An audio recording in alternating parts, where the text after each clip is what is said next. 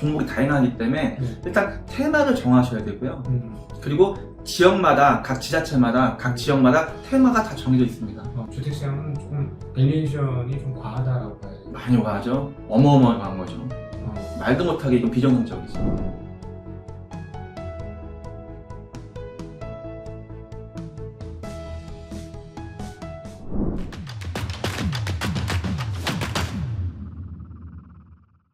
안녕하십니까. 증시각도의 TV 시청자 여러분, 투자자 여러분, 반갑습니다. 오늘 아주 특별한 분을 한번 모시게 되었습니다. 제가 사실 저희가 이제 부동산 관련 다양한 대담을 하면서 하나 조금 항상 아쉬웠던 점이 뭐냐면, 현장에서 직접 부동산 투자를 실전으로 하셨던 그런 분들의 이야기를 한번 들어보고 싶었었는데요. 오늘 저희가 은행의 소개와 도움으로 그런 분을 한번 모시게 되었습니다. 오늘 오신 분은 TUI 개발의 박효근 대표님이십니다. 대표님 어서 오세요. 안녕하세요. 네, 안녕하세요. 네, 안녕하세요. 제가 이제 이야기를 들어보니까 굉장히 어린 나이 때, 그러니까는 20대 초반? 네. 그때부터 이 일에 뛰어들어가지고 정말 바닥에서부터 고생을 하다가 좀 자리를 잡고 계시다. 이렇게 얘기를 들었어요. 근데 아니 보통은 좀 나이를 더 먹고 나서 시작을 하잖아요. 근데 어떻게 부동산을 어떻게 20대 초반에 하셨어요? 부모님 그렇게 가이드를 해주신 건가요? 제가 이제 늦게 태어난 늦둥이 아들이거든요. 아버지가 저를 41에 낳았는데 네네네. 두 분 다 지금 이제 병원 중이라 지금도 모시고 있지만은 그리고 공부는 곧잘 해가지고 법을 전공해서 검사를 하려고 했었는데 어렸을 때는 근데 또 그때도 뭐 고등학교 때도 돈이 없고 대학교 때도 돈이 없어가지고 또 기댈 사람도 뒤에 없고 그런 상황이어서 제가 그냥 맨날 알바하다가 학점이 잘 안 나오잖아요.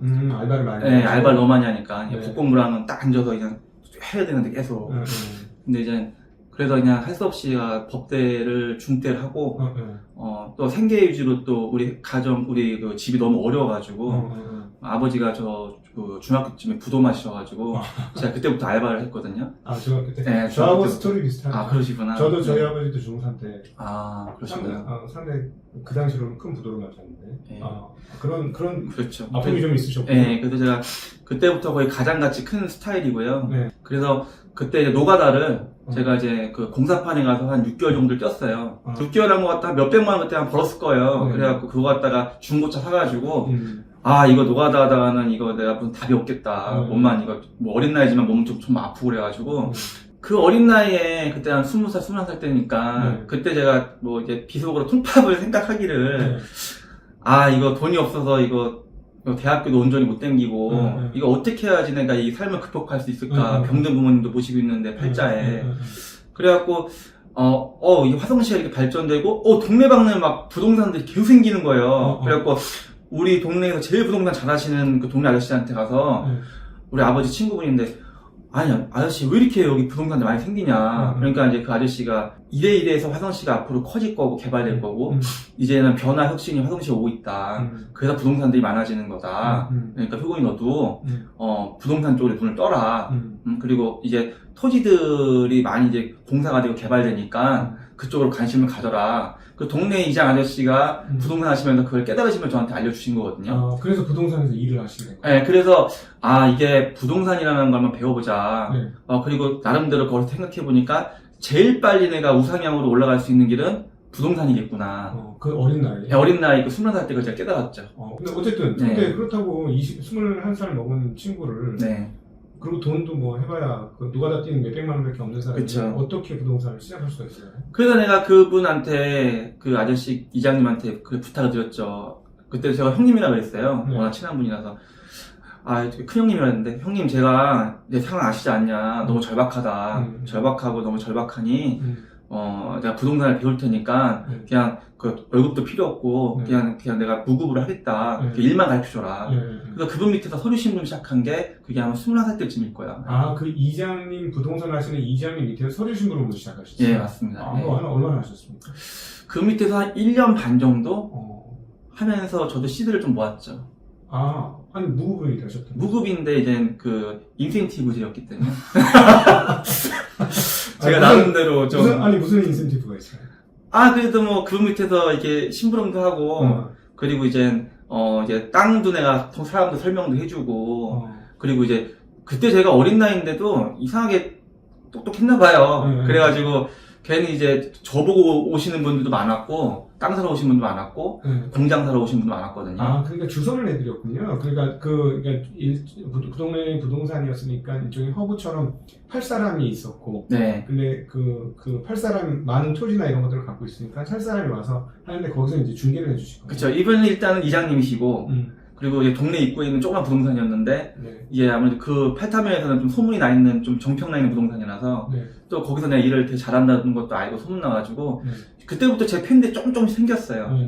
그래서 그분들 위주로 제가 좀 심부름도 해주고, 좀 용역도 해주고 하다 보니까, 그때 돈을 좀 모았죠. 그렇군요. 네. 네네. 그걸 그러면 1년 반 만에 돈을 벌으신 거예요? 1년 반, 2년 정도에서 그 당시 돈으로 몇 천만 원을 모았죠. 그렇군요. 네.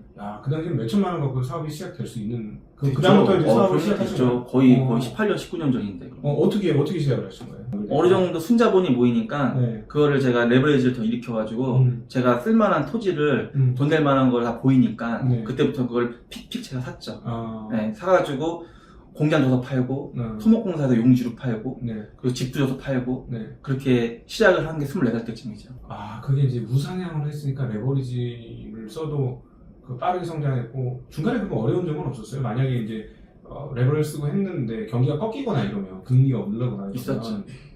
그게 이제, 한번 있었어요. 2008년도에 이제, 리만 브라더스 사태가 터졌잖아요. 네.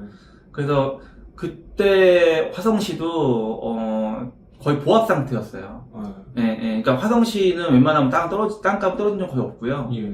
보합 상태였지만은 그때는 또 제가 어떻게 구사를 했냐면은 또 틈이 있거든요, 무슨 간에. 현상을 알면 틈을 보이는데 그때는 매매가 조금 주춤하니 임대로 하자. 그래서 그때부터 제가 공장 저는 것들을 다 전체가 임대를 해버렸어요. 네. 그래서 임대는 나갔거든요. 왜냐면 실수자들이 꽤 많았었으니까, 화성시는. 지금도 그렇지만은. 네. 그래서 화성평택에 있는 제 공장 조는 것들을 임대를 놔버렸더니, 이제 임대 월세가, 그때는 완전 초저금리였잖아요. 네네. 그래서 초저금리고, 임대료 월세는 높고. 네. 네. 그러니까 아무래도 임대 수익률 파괴력이 좀 있었죠, 저 같은 경우는. 그러면은 레버리지 이렇게 해서 이제 사실은 금융비용 부담이 상당했을 거예요. 지금 얘기하시는 거 보니까 한 개가 아니고 몇 개를 했으면, 그거 내 돈으로 했을 게 아니고, 분명히 은행 대출로 했을 테고, 그러면 월 비용이 꽤 많이 나오고, 만약에 이게 그냥 그대로 임대가 안 나고 그냥 있었으면, 도산할 수도 있는 상황인 거잖아요. 그렇죠. 그럴 수도 있겠죠. 그러니까, 근데 임대를 놔서? 임대를 놔서 해결을 시킨 거죠. 오히려 임대 수익이 높았으니까.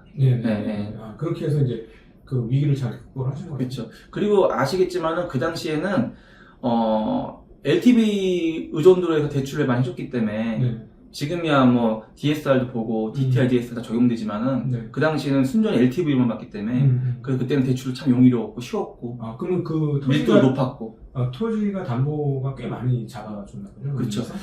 그 시청자분들이 그건 좀 아셔야 될 것 같아요. 지금 부동산 영역이라는 게 꼭 아파트나 주거상품만 국한되어 있어서 그 대중화되기 때문에 잘 모르셔서 제가 말씀드리는데 토지라는 것이 훨씬 더 레버리지가 용이합니다. 아파트보다요. 레버리지 키우기가. 네, 그러니까 은행 담보대출 받기 편하다는 훨씬 편합니다. 그래요? 네. 훨씬 편하고 제한도 덜하고 그리고 훨씬 대출 LTV도 높고 덜 까다롭고 오히려 토지 중에서 공장용지 상업용지 중에서 공장용지 저는 그걸 기업용지라고 부르는데 기업용지 테마가 대출 읽기가 제일 쉬워요. 제일 덜 까다롭고 예를 들면 보통 예를 들어 500평이다, 1000평이다 이렇게 있으면 땅은 아마 사이즈가 클 테니까 그런 것들은 얼마의 평가가 돼서 얼마의 대출을 받고 그걸 좀 프로세스를 얘기해 주시면 좋겠어요. 보통 이제 공장부지 은행이라는 건 이래요. 1금융권 통틀어서 말씀드리지만은 금융권이라는 거는 감정평가 금액과 실제 매매가 중에 낮은 거 채택합니다. 낮은 거. 그래서 만약 감정평가가 100이 나왔어요. 근데 실제 매매를 80 했어요. 그럼 80에 7, 80% LTV를. 근데 나는 매각하는 게 아니고 그냥 내 거 일반 대출입니다. 담보대출입니다. 그럼 감정가를 온전히 다 봐줘요. 그럼 감정가 100에 7, 80%를 봐준단 말이에요.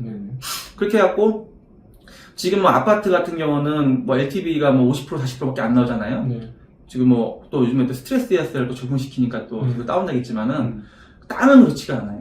특히 공장용지라던가 제조항용지라던가 창고용지, 이 기업용지 테마는 네. 굉장히 그 LTV를 대한민국에서 높게 쳐줍니다.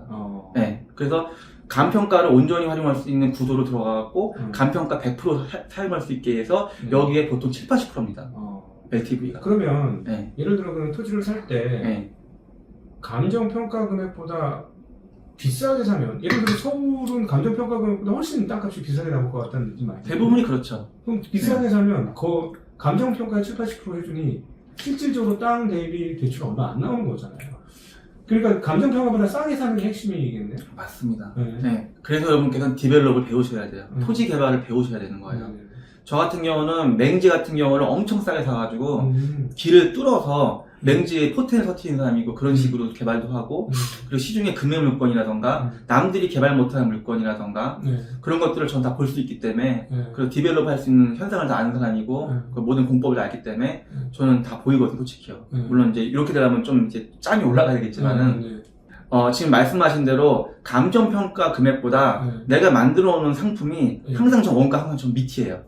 밑에 있어 항상. 그러니까 예를 들어 감정평가보다 싼 토지는 어떻게 잡았어요? 아까는 맹지, 그러니까 도로하고 인접하지 않은 토지 같은 경우는 가격이 좀 낮으니까 감정평가보다 낮게 잡을 수 있는데 그 외에 어떻게 해야 감정평가보다 낮게? 이렇게 되는 거예요. 지금 이제 다시 말씀드릴게요. 맹지가 만약 1000평이 있어요. 근데 한 10m만 길 따고 들어가면은 이제 맹지 탈출할 수 있는 땅이에요. 그리고 개발 가능한 땅이 공법상. 근데 이 1000평짜리가 맹지가 치렀을 때는 평당 2, 30만 원짜리인데 길만 내버려서 배수로만 꽂아버려서 개발하게끔 딱 컨디션만 만들어 오면은 이게 원형지 맨 땅이라도 30만 원이 아닐 때부터는요. 길이 확보됐을 때부터는 이 땅은 바로 60, 70을 뜁니다. 그냥 2배 이상 뜁니다. 길 내버리면요. 보통 두세 배니까 뛰어버리면 그 상태에서 디벨롭 개발이 돼버리면 또 150%, 200%또 뜁니다. 여기서 디벨롭 된다는 건 어떤 뭐가 바뀌는 거예요? 농지나 임야를 길을 뚫은 다음에 공장용지로 바꾸고 그쵸, 형제 변경이죠. 주택용지로 바꾸고 사업용지로 바꾸고 주유소용지 바꾸고 형질 전환이 되는 게 있고 안 되는 게 있을까요? 그래서 여러분들께서 공법도 공부하시고 토지 개발, 부동산 개발, 디벨롭에 대해서 공부를 하셔야죠. 만약에 이쪽에 투자를 하고 싶으시다면 그쵸. 그거는 법을 좀 알아야 되겠네. 그럼요. 토지는 공법 체계가 많이 이루어진 게 태반이고요. 물론 공법뿐만이 아니고 다른 법도 많이 알아야 되지만은 토지 디벨롭을 아시려면 일단 토지 공법부터 먼저 공부하시는 게 1번이에요. 토지 공법이 뭐예요? 공법이라는 거는 우리가 공법이라면 테크닉이라고 생각하거든요. 그렇죠. 공법은 틀리니까 알죠. 공법이면 테크닉인데 여기서 말씀하시는 공법은 법인 것 같아요. 그러니까 토지의 인허가 낼 수 있는 행정법입니다. 그냥 토지 공법. 그냥 사회자님이 쉽게 설명해 드릴게요. 쉽게 설명해 드릴게요. 여기 서울이지 않습니까? 서울에 보면은 이런 빌딩이 서 있는 땅들은 다 상업용지입니다.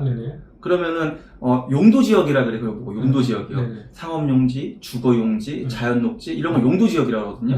그 용도지역이라는 용어 자체도 공법에 있는 용어예요. 그래서 상업용지에는 용적률이 몇 프로 올라간다. 주거용지는 건폐 용적률 몇 프로다. 이게 다 공법입니다. 그리고 주거용지에서 할 수 있는 건축 제한 용도가 있고 상업용지에서 건물 지을 수 있는 다양한 용도가 있고 그래서 건물 지을 수 있는 행위 제한이 있잖아요. 너 여기서 여기까지밖에 못 져? 넌 이만큼 다 질 수 있어? 넌 여러 용도로? 넌 빌딩도 되고 주유소도 되고 공장 다 돼? 이런 게 공법입니다. 그럼 예를 들어 아까 이제 맹지에 있었던 밭을 길을 뚫어가지고 그거를 형질을 전환해서 했다고 하는데 형질 전환이 안 되는 것들도 있을 거 아니에요? 형질 전환 안 되는 거는 그분이 공부를 안 했으니까 모르는 거 실수하는 건 말도 안 되는 거거든요. 솔직히 하면요. 그러니까 그게 형질 전환 안 되는 거는 사전에 보고 들어가야 돼요. 검토하고 들어가죠. 당연하죠. 최소한 서류는 볼 줄 아셔야죠. 토지 이용계 확인원이라고 그래가지고 토지의 신분을 나타내는 그 토지 이용 계획 확인서가 있어요. 그것만 딱 한 장만 봐도 상업용지다, 주거용지다, 계획관리적 다 농림적 다 써 있어요. 그 용도지역만 봐도 이게 개발 되나 안 되나 알 수 있거든요. 그래서 간단한 공법 지식만 있어도 이 땅에 개발하네 못하네, 저기다 뭘 지을 수 있네 못 짓네를 간단한 공법 지식만 있어도 그냥 알 수 있습니다. 근데 지금 말씀하시는 아무래도 그 근거지인 그 화성을 근거로 보면은 그렇게 그걸 봐서 빈 땅들이 좀 아직도 많이 있을 테니 그걸 할 수 있을 것 같은데 서울 같은 데는 적응하기 되게 힘들겠네. 그렇죠. 서울 같은 경우는 완벽한 도시지역이고요. 화성 같은 경우는 비도시지역이 아직 많잖아요. 그렇죠. 외곽으로 가면은 그렇죠. 그래서 이제는 소외를 가지신 분들은 이런 서울 같은 큰 도심보다는 아무래도 약간 사이드에 있는 위성도시나 아니면 수도권 경기도 지역이라던가 그쪽에 활동하시는 게 서울 투자가 더 만만하죠. 네. 그러시구나. 네. 그러니까 레버리지 기용하고. 그러니까 이제 토지는 지금 이제 듣다 보니까는 약간 거리감을 느낀 게 서울하고는 전혀 상관없는 얘기 같다. 맞습니다. 그런데 네, 네. 그건 맞는 조금의 얘기예요? 그러니까 공법상은 그 교집합은 있지만은 네. 세계관이 많이 틀립니다. 아 그렇군요. 네. 그러니까 지금 우리 박 대표님은 주로 그러니까는 고향 땅에서부터 시작해서 고향 그렇습니다. 땅이 이제 그 기업들이 막 진출을 해서 그렇죠. 한국의 주요 기업들이 거기서 계속 성장하면서 그 지역이 전반적으로 더 주변에 이제 중소기업도 하청업체도 오면서 맞습니다. 이렇게 개발하면서 이렇게 올라가는 그럼요. 그 경험을 하신 거예요. 화성에는 이제 뭐 아까 말씀드린 뭐 삼성전자도 인접돼 있지만은 음. 현대에도 기아도 뭐 한미화품 뭐 각종 바이오 산업군 그리고 각종 뭐 자동차 산업군 대기업들도 꽤 많고요. 거기에 따르는 아시겠지만은 뭐 1차, 2차, 3차 밴드도 쭉쭉 있고 화성시가 전국에서 기업 기차 수가 제일 많습니다. 아 그래요? 1등입니다. 네. 그렇군요. 네. 자 그러면 근데 이제 조금 이 부분에 그럼 어떻게 대답하실지 궁금한데 지금 본인이 계신 곳은 굉장히 개발이 잘 되던 지역인데 이게 한국 전반적인 일은 아닐 거 아닙니까? 부동산 투자라는 걸 하시려면 네. 일단은 정확한 타겟을 먼저 정하셔야 되잖아요. 예. 순서란 뭐든지 이런 순서가 있잖아요. 예. 이제 대중들이 많이 하시는 아파트 상품도 있고 또 뭐 상가도 있고 네. 뭐 저같이 이제 공장 제조한 창고에서 돈 많이 번 사람도 있고 종목이 다양하기 때문에 네. 일단 테마를 정하셔야 되고요. 그리고 지역마다 각 지자체마다 각 지역마다 테마가 다 정해져 있습니다. 예를 들어 말씀드릴게요. 예. 살아있는 예를 말씀드릴게요. 실제. 자, 가평, 양평, 청평, 양수리 쪽. 지금 말씀드린 이 동네 같은 경우는 뭐가 테마일까요? 부동산 중에서요. 거기 뭐 전원주택이겠죠. 전원주택, 타운하우스, 펜션, 풀빌라 그렇죠. 펜션. 거기는 공장에 못 들어가는 동네. 거긴 자연보전적이 많으니까 예, 예. 아무래도. 네. 또 거기 북한강도 있기 때문에. 네. 네. 그래서 그쪽은 지금 말씀하신 대로 주택 테마라던가 펜션 테마, 펜션용지 테마, 그리고 이제 숙박 테마가 거기는 각광받고 있잖아요. 좀 경기가 좀 심차긴 하지만은 원래는 그 테마니까 그 동네가. 화성시는 지금 화성평택 같은 경우는 기업도시이기 때문에 네. 지금 제가 말씀드리는 공장, 창고, 제조장 이게 또 테마고요. 각 지역마다 1등 테마가 있다는 얘기예요. 예. 주식이 1등 우량주가 있듯이 또 1등 테마가 지역마다 있거든요. 네. 그 1등 테마에 대해서 항상 각 지역마다 공부를 하셔야 돼요. 그럼 지금은 어떻게 해요? 대구라든가 요즘 뭐 부산이라든가 인구가 점점 빠지는 이런 동네는요? 저는 제 지로는 그래요. 네. 부동산 투자라는 거는 물론 각 테마마다 종목마다 뭐 아파트 토지 뭐 공장마다 다 테마가 틀리니까 약간의 사이클은 틀리지만은 또 교집합도 있거든요, 상당히. 네. 그러면 포괄적으로 말씀드리면은 부동산 투자라는 것은 그 지역에 투자할 만한 가치가 있나 먼저 보셔야 돼요. 뭐 기초단체가 됐던 광역단체가 됐던 네. 그 지역에 투자할 만한 가치가 있나 그 지역부터 먼저 분석하셔야 돼요, 항상. 화성 같은 경우는 자꾸 내가 화성평택을 말씀드리는데 꼭 사실이니까.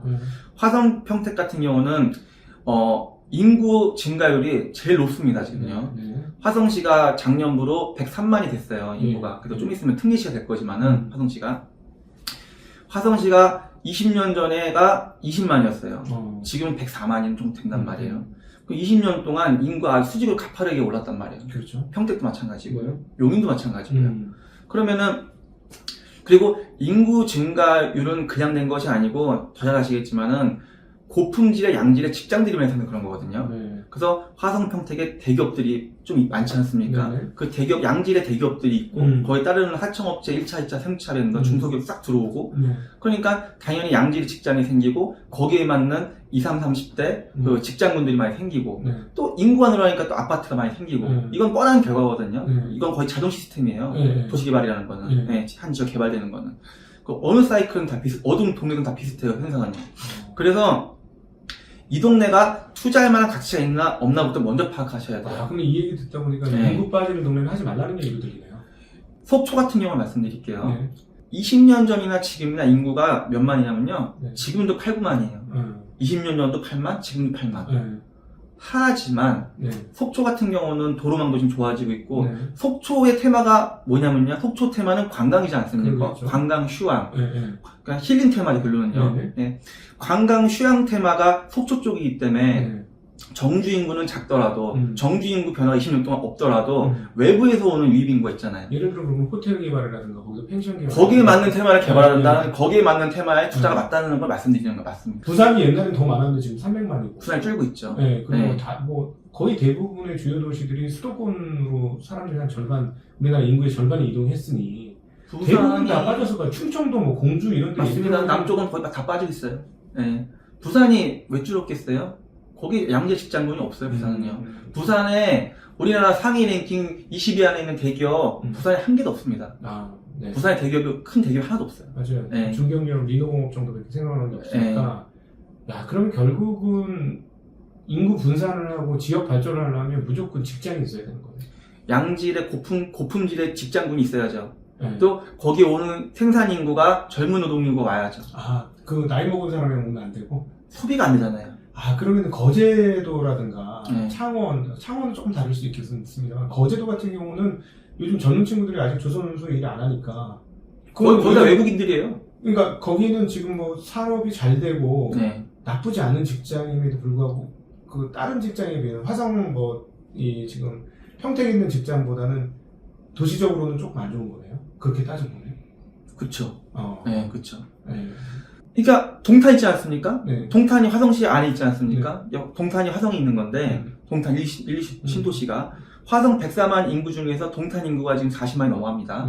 거의 절반이 동탄에 있다는 뜻이에요. 근데 그 절반 40만 대 있는 그 인구 비율의 거의 60%, 70% 정도인가? 그게 거의 30, 40대란 말이에요. 다 신혼부부, 다 애기들 있고, 다 이제 30, 40대 양질의 그 인력, 생산 인력이 다 동탄에 거의 몰려있어요. 30, 40대의 고품질의 인력이. 그러니까 동탄에도 지금 소비가 많이 되죠. 20몇 억짜리 집이나 서울 강남하고 가격이 붙는다는 그런 집들이 나오는 게 바로 그런 이유 때문에. 이번에 롯데캐슬 20몇 억, 20억 초반대 신고된 거는 내가 볼 때 뭔가 좀 잘못된 거고요. 그러니까 잘못된 게 아니고 뭔가 좀 짜음이 있다 말씀을 드리는 거고요. 그래서 하여튼 동탄이라는 동네가 굉장히 소비력이 높아요, 지금. 거기는 30, 40대 인구층이 많고 양질의 직장군이기 때문에 연봉이 굉장히 높습니다. 그 도시가 이제 잘 발전을 하려면 지금 말씀을 종합해 보면 이거 약간 저희 쪽 이제 경제적인 관점으로 보면 좋은 직장, 그게 좀 연봉을 조금 높게 줄 수 있는 직장이 가서 근데 그것도 나이가 30, 40대가 좋아하는 그런 직장이 기업이 생겨서 그런 30, 40대들이 많이 이동을 하게 되면 그 지역은 소비가 돌죠. 소비가 돌면서 이제 발전을 하게 되는. 당연하죠. 그러면은 그러면 우리는 이제 이 광역의 경기도권까지는 좋은데 나머지 지역은 정말 아까 말씀하셨던 속초처럼 뭐 관광지로 개발될 수 있는 곳 그런 데 외에는 많이 힘들겠네요. 그렇죠. 이제 부동산 테마라는 게 가짓수가 이렇게 무한정하지가 않아요. 아까 말씀드린 관광, 휴양, 힐링 테마, 기업 테마, 그리고 또 숙박 테마 뭐 등등 있지 않습니까? 딱 툴은 거의 정해져 있어요. 그게 이 동네에서 적합하냐를 잘 따지셔야죠. 이 동네 테마가 뭐냐, 1등 테마가 뭐냐를 아셔야죠. 그러니까 최근에 어디 공주 부근의 시골은 집이 다 쓰러져 가서 오히려 빈집 남아 돌죠. 빈집세를 받아야 된다. 빨리 철거를 하든가. 지금 지자체들이 많이 골치 아파하고 있어요, 지금 현재. 우리나라 지자체들이. 그러면 만약에 인구가 근데 줄잖아요. 20년 후부터는 진짜 굉장히 가파른 속도로 줄게 될 것 같은데. 그럴 수밖에 없죠. 정확하게 한 15년 이후부터는 정말 젊은 사람들이 쭉쭉쭉 빠지는데 지금 월 2만도 애를 안 낳는데요. 지금 아시겠지만은 전체 평균치가 0.7 아닙니까? 지금 0.67로 내려가고 있는데 화성시가 지금 한 명대입니다, 지금 현재. 그러니까 화성하고 용인, 평택 쪽만 거의 한 명이 지금 육박하고 나머지 지역은 다 0.7 이하로 다 가라앉고 있어요. 그래 맞아요. 그러니까 기업이 살아있는 지역, 그 청주 요즘에 좀 그렇고. 그렇죠. 그런 지역은 직장이 좋으니까 애를 그래서 결혼도 하고 애도 놓고. 근데 자본이 있으니까.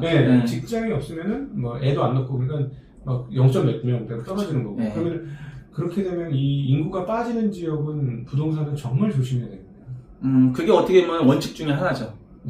공식 중에 하나로 볼 수 있죠. 하지만 그 공식이 100% 맞다고 볼 수 없어요. 그 지역의 니즈부터 먼저 파악하셔야 돼요, 항상. 그 지역의 수요 공급의 원리가 제일 중요하잖아요, 부동산은요. 모든 시장이 마찬가지지만 수요 공급의 이 교차 지점, 교집합 지점이 어떤 원리로 발생하는지 그 시장에 대한 니즈 파악이 먼저죠. 시장 분석이 먼저라면 항상 먼저예요. 그렇군요. 그러면은 예를 들어서 우리가 이제 거시로 부동산 이렇게 된다 하는 얘기는 정말 너무 약간 구름 같은 얘기고 지역별로 부동산 이론은 다 다르게 적용될 수밖에 없다.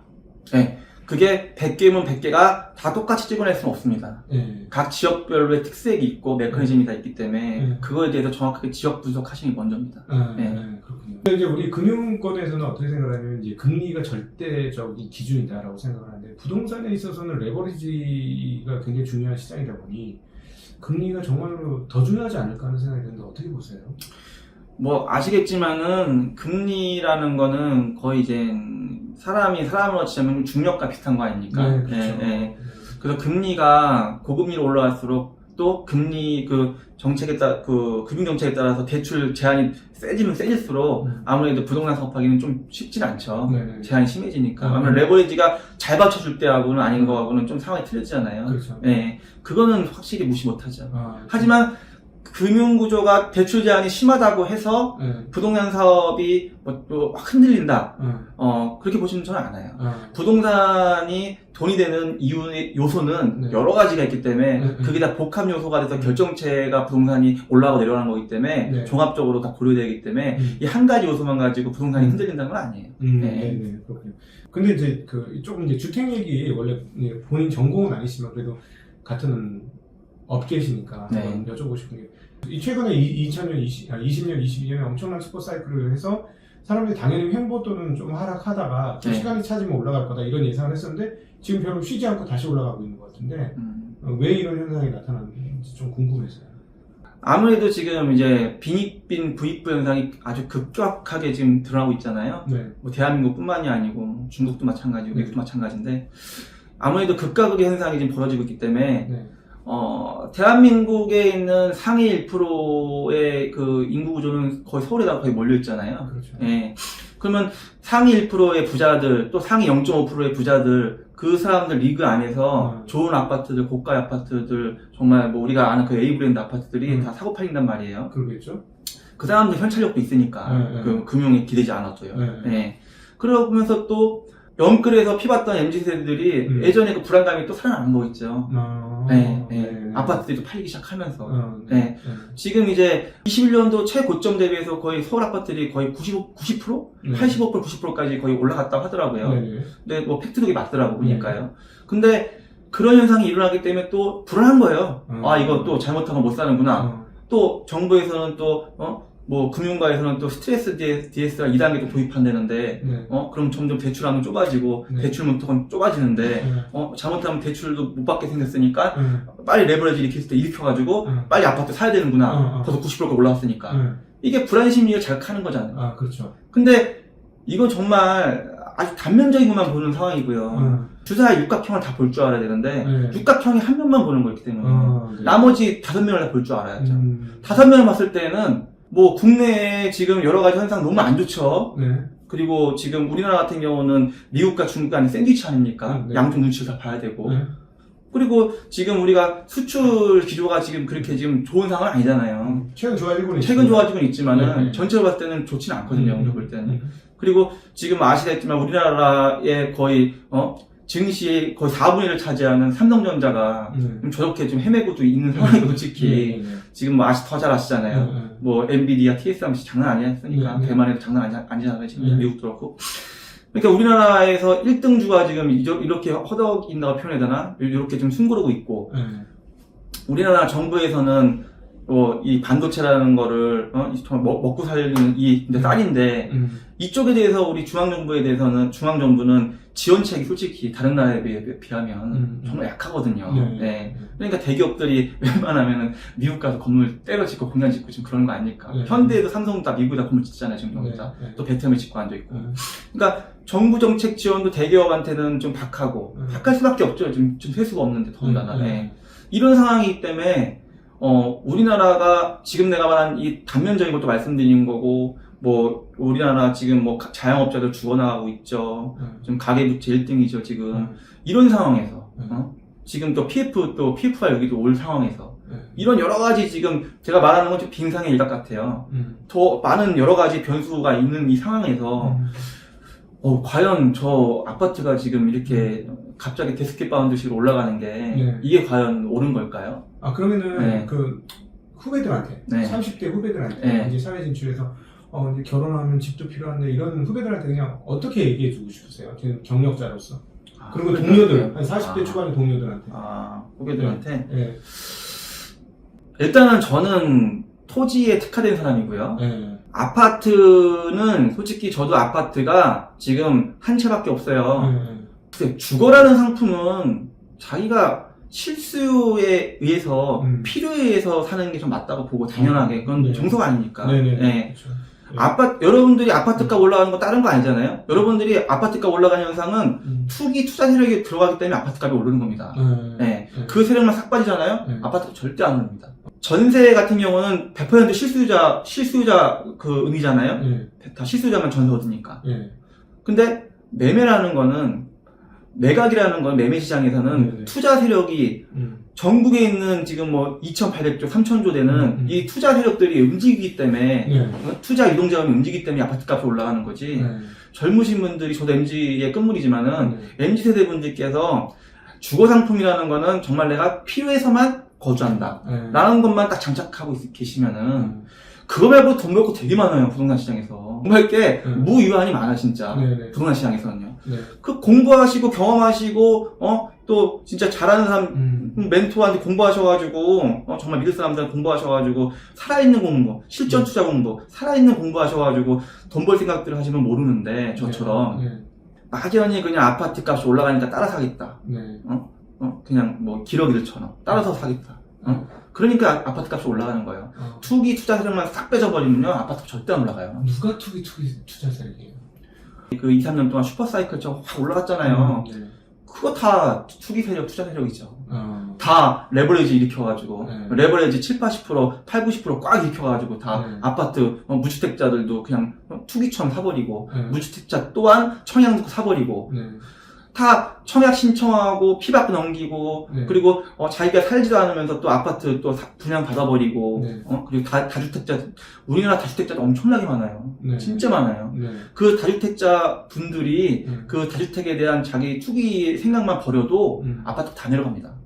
그러니까는 지금 사실은 이게 듣다 보니까 이러네요. 주택 시장은 심리에 의해 움직이는 게 맞습니다. 굉장히 크네요. 엄청 사람이고 인간이기 때문에 인간이 매입하고 매집하는 거기 때문에 결국은 심리입니다.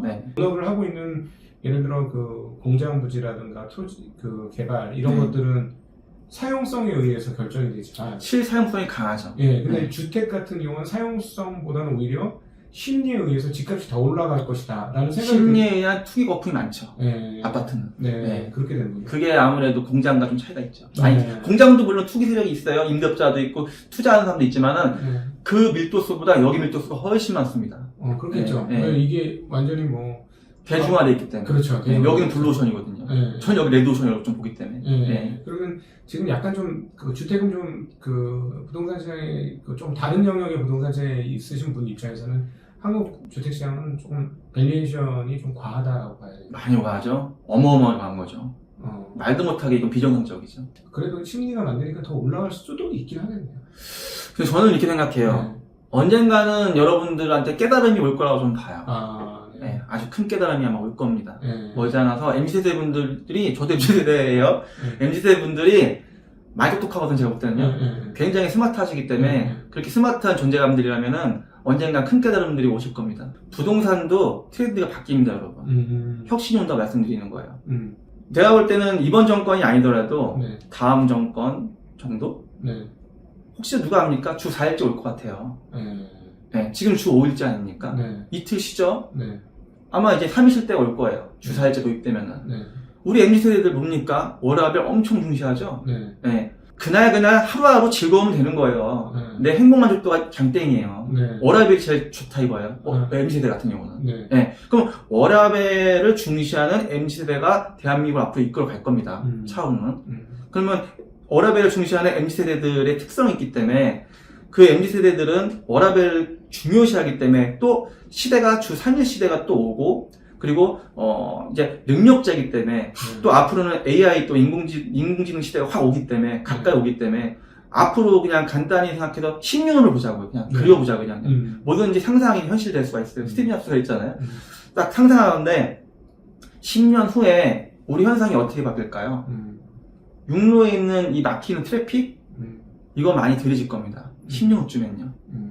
지금 벌써 아시겠지만은 UAM이라고 해가지고 항공 드론이 네. 이제 교통을 떠당길 겁니다. 네. 항공을 이제는. 네. 항공을 하늘을 자가용이 날아다니는 말이에요. 네. 택시가 날아다니고 자기 자가용이 하늘에 날아다니는 거예요. 네. UAM이 드론 택시, 드론 자가용이. 네. 그러면 벌써 드론 자가용, 드론 택시가 상용화 된다고 지금 이미 떠들고도 있어요.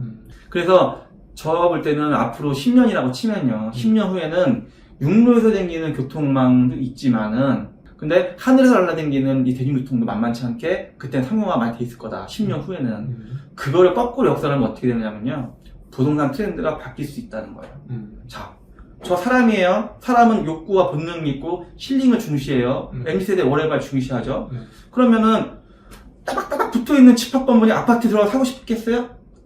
닭게장 집처럼? 홍콩 보세요. 답답하잖아요, 그냥. 답답하죠. 네, 답답하잖아요. 홍콩 가면 막 미칠 것 같아요. 너무 네. 복잡하고 답답하고 너무 덥고 해도 가서 일조건도 없어요, 그냥. 네. 그러니까. 그러면 진짜로 이렇게 막 한강뷰라던가 어떤 뭐 남한강뷰라던가 뭐 그런 힐링을 주고 어떤 정서 만족도를 주는 그런 풍광이 있는데 말고는 그냥 인구 집중돼 있는 한 도심 한 복판에 있는 아파트. 그냥 답답한 아파트 콘크리트 건물. 거기에 엘리베이터 눌러서 항상 올라가야 되고 지하 주차장에 차 세우고 또 끄고 올라가야 되고 저 같으면요 10년 후쯤에는 그냥 내가 강남에서 떠가지고 양평 가는데 15분 하루 날아가니 막힌 게 없잖아요. 네. 그리고 또 뭐 내가 또 어디 가는데 또 20분 30분 2시간 걸릴 게 20분 걸리고 3시간 걸릴 게 25분 걸린다는 말이에요. 하늘 날아다니면은. 그러면 당연히 마당 넓고 앞에 강도 호수도 있고 뒤에 산도 있고 사람들 이웃들도 딱딱 이웃들도 있는 타운하우스라던가 예쁜 전원주택이라던가 힐링을 즐길 수 있고 내 가족의 행복 만족을 지킬 수 있는 정서적으로 휴식이 되는 그런 전원주택 사이클이라던가 그런 데서 내가 내 자가용 드론 택시 타고 날아다니고 드론 차 타고 날아다니고 그러면서 그럼 드론이 날아다니면은 분명히 세울 때가 있어야 되잖아요. 세울 때면은 당연히 아파트 어디다 세우겠어요? 드론을 세울 데 없잖아요. 예를 들어 말씀드리는 거야. 자가용들이야 당연히 지하 주차장 다 들어가죠. 지하로. 근데 내가 정말 잘 사는 부르주아들은 그때 날아다닐 텐데 지금 대한민국에 있는 0.5% 1% 부르주아들은 10년 후에는 날아다닐 거다. 네. 뭐 지금 물가로 따져서 드론 자가용 5억 8억이면 산단 말이에요. 그냥 예를 들어서요. 그러면 그때 가서 내가 드론 자가용 사가지고 나 강남에서는 일 보고 직장 보고 그리고 양평 가평 내 집으로 가야지. 그럼 바로 드론 떠가지고 날아가서 15분 20분이면 딱 내 집 옥상 루프탑에 딱 앉히고 내 집 마당에 딱 앉히면 끝나는데 얼마나 좋아요. 내 앞에 북한강 남한강 있고 힐링되고 고기 구워 먹고 친구들 초대하고 이게 삶의 거주 행복 만족도고 직장의 만족도는 직장의 세계가 따로 있는 거고 그러면 강남이나 어떤 용산 그쪽은 직장군이 될 것이고 내가 거주하는 곳은 15분만 날아가면 되고 날아갈 때 북한강 보고 날아가면 되잖아요. 경치 구경하고 그런 시대가 올 수도 있어요. 부동산 트렌드는 앞으로. 지금 부동산 트렌드가 바뀔 수 있다라고 이제 말씀을 하셨는데 실제로 이제 미국 상황을 보니까요. 미국 동부 서부 쪽이 상업부동산 공실률이 어마무시합니다. 엄청나죠. 예, 우리나라도 마찬가지예요 지금. 우리나라도 상가도 엄청 지금 다 비고 있어요. 상가는 우리나라. 네, 상업용 건물씩 다 비고 있어요 지금. 네. 우리나라도. 아직 오피스 이제 그 서울 중심에 있는 오피스는 있지만 말씀하신 상가가 한국 가장 먼저 비고 있고 미국 같은 경우는 상업용 부동산이 비면서 그러니까 재택근무 이제 통신이 더 발달하게 되고 또 AI 중심으로 더 발달하면 아마 재택근무 사원들이 계속 유지될 가능성이 있으니까 더 많아지죠. 아마 그 미국 상업부동산이 쉽게 복귀하기가 쉽지 않을 거다라는 생각이 드는데 그것도 일종의 트렌드 변화인 거잖아요. 그러니까 그런 변화들이 한국에도 맞습니다. 어떤 식으로든지 생길 수 있다. 그거 하나의 예고요. 또 하나의 예를 말씀드리면은 요즘 이제 우리가 배달의 민족, 쿠팡 뭐 등등 완전 배달 체계가 잘 돼 있지 않습니까? 우리나라가 이제 외국보다 훨씬 잘 돼 있어 우리나라 보니까 배달 체계가요. 배달이 잘 된다는 거는 먹을 음식이 배달이 잘 되고 내가 필요한 물품 배달이 잘 된다는 거는 상가들이 죽는다는 얘기예요. 그러네요. 네. 내가 뭐하러 거기까지 심지게 나가서 상가에 앉아서 거기서 사람들 시끄럽게 밥 먹고 있으니까 내가 편하게 영화 보면서 집에서 밥 먹죠. 시켜서 먹죠 그냥. 상업용도의 건물들은 상가들은 여러 가지 이유로 좀 솔직히 상가가 대한민국에 좀 너무 많아요. 근데 지금 이런저런 이유로 상가 용도가 지금 많이 축소되고 있어요. 그렇군요. 그럼 지식산업센터는 어떻게 했어요?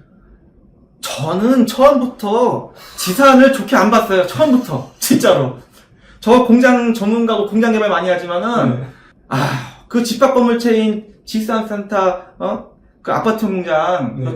그거 실수요자가 솔직히 대한민국에서 네. 몇 안 돼요. 실수요자가. 네. 그러네. 중소기업 하는 분들이 많아야 되는 거네요. 그거 하려면. 웬만한 공장 하신 분들 네. 마당 필요하죠. 그렇죠. 그 기계장 들어가니까 공장 크게 필요하죠. 제조업은 간에 수공을 하는 사람들이 거기 들어가는 꼴이에요, 솔직히요. 그렇죠. 제조업은 공장형 아파트에 못 들어가죠. 크게 제조업하는 사람들은 장비만 있고 그게 주먹 얼마 무거운데요, 못 들어가요. 네. 네. 그건 사무실로만 쓸 수 있는 거잖아요. 그러니까 간의 수급원 용도의 제조업 또는 사무실 용도, 오피스 용도 네. 그렇게 만들어 놓은 그런 아이템을 네. 그게 농락할 수 있겠습니까, 그 아이템이? 그것도 거의 70%, 80% 이상은 다 투기 세력이다.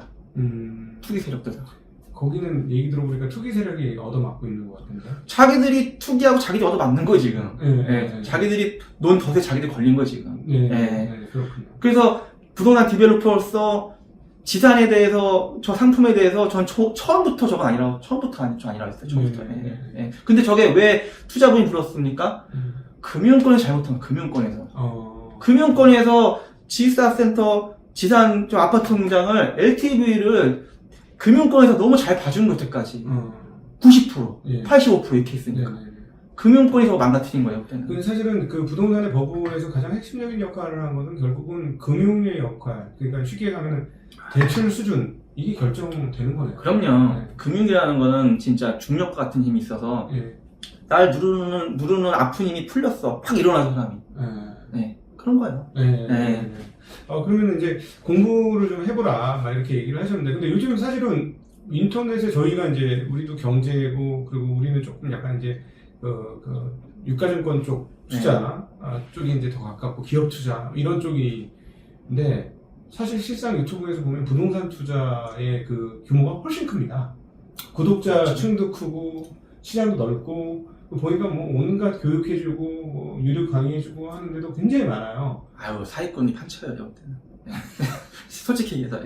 예를 들어 그렇게 해서 공부를 하면 되는 거 아니에요? 인터넷에서 유튜브 보면서. 그러니까 여러분들한테 경계해야 될 거 정말 극혐해야 될 거 한두 세 가지만 말씀드릴게요. 의사분들도 나쁜 의사분들이 있잖아요. 네. 뭐 정말 폭리를 취하고 돌팔 의사들 예를 들어서 그 나쁜 의사 한두 명 때문에 전체 의사를 욕할 수 없는 것이고요. 뭐 변호사도 마찬가지고 이 부동산 생태계에서도 그 나쁜 사기꾼들 때문에 전체 욕하면 안 됩니다, 여러분. 전체가 다 그렇지 않아요. 여기도 양질의 사람이 훨씬 많아요. 모든 세계관이 다 그래요. 근데 정말 여러분들 경계해야 되실 게 뭐냐면요, 그 사람 방식은 거의 비슷해요. 아주 심플해요. 자, 니들 나한테 공부 배웠지? 공부 배웠으니까 신뢰가 일단 쌓였죠. 그 신뢰를 이용합니다, 그 사람들이. 나쁜 사람들이에요. 내가 니들 스승이지. 그러면은 니들 이제 배웠으니까 투자하고 싶지? 투자하고 싶습니다. 돈 얼마 있습니다. 그러면 내가 이런 물건을 섭외할 테니까 같이 공동 투자 들어가자. 그리고 내가 이런 좋은 물건을 잡아왔으니 니네 투자하는 동시에 나한테 선취 컨설팅 수수료 30% 줘. 선취 수수료 먼저 땡겨 먹습니다, 쉽게 얘기해서. 그리고 이 사업이 실패가 되든 망가지든 이 사람은 상관이 없죠. 자기 돈 하나도 안 들었으니까. 30% 벌써 이미 땡겼고. 땡겼고 남의 돈으로 하는 거고 자기 돈 하나도 안 들었으니까 발을 안 닿는단 말이에요. 이 사람 발 절대 안 닿습니다. 100% 타인 돈, 공토 돈, 학생들 돈으로만 하지 자기들이 가르치는 학생 돈만 하지 자기 돈 1도 안 들어갑니다. 투자업계하고 비슷하네. 투자업계도 사실은 자기가 피를 같이 섞어야 된다. 저희는 이런 생각을 해요. 발을 담궈야 되는데 그러니까 뭔가 금전이 됐던 어떤 거가 됐던 발을 닿는다는 의미가 있어야 되는데 이 사람들 절대 발 안 닿습니다. 남의 돈을 이용해서 다 투자시키고 망가져도 이 사람들이 망가지는 거예요. 자기들은 선취수를 일단 땡겼잖아요. 그리고 이게 성공했어. 경기가 엄청 진짜 경기가 좋아서 성공했어. 성공하면 또 성공 보수비 또 땡깁니다. 성공 보수비 또 30% 20% 또 줘. 그러면 선취 수수료 30% 물건 잡았으니까 30% 줘라.